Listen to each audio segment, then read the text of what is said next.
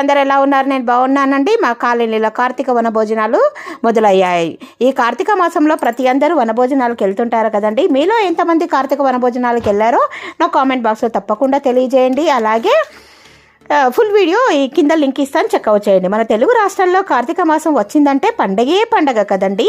హిందూ మతాన్ని విశ్వసించే వారి ఆ ఇళ్లల్లో కార్తీక మాసము ఒక దేవాలయంగా మారిపోతుంది కదండి. అందరూ చక్కగా సాయంత్రం పూట దీపాలు వెలిగించుకొని అందరూ కార్తీక వనభోజనాలకు వెళ్తుంటారు కదా. కార్తీక వనభోజనాలు ఉసిరి చెట్టు కింద ఎందుకు చేయాలనేది ఫుల్ వీడియో లింక్ ఇచ్చాను, తప్పకుండా చెక్అవుట్ చేయండి. వీటి విశిష్టత ఏంటో మనం తెలుసుకుందాం. ఉసిరి చెట్టును దాత్రి చెట్టు అని అంటారని ఎంతమందికి తెలుసు?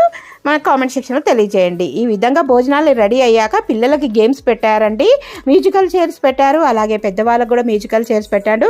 నాకు కూడా ప్రైజ్ వచ్చిందండి. రేపు వీడియోలో ఏం ప్రైజ్ వచ్చిందో చూపిస్తాను. ఇప్పుడు భోజనాలు చేద్దాం రండి. చూడండి, అందరూ చక్కగా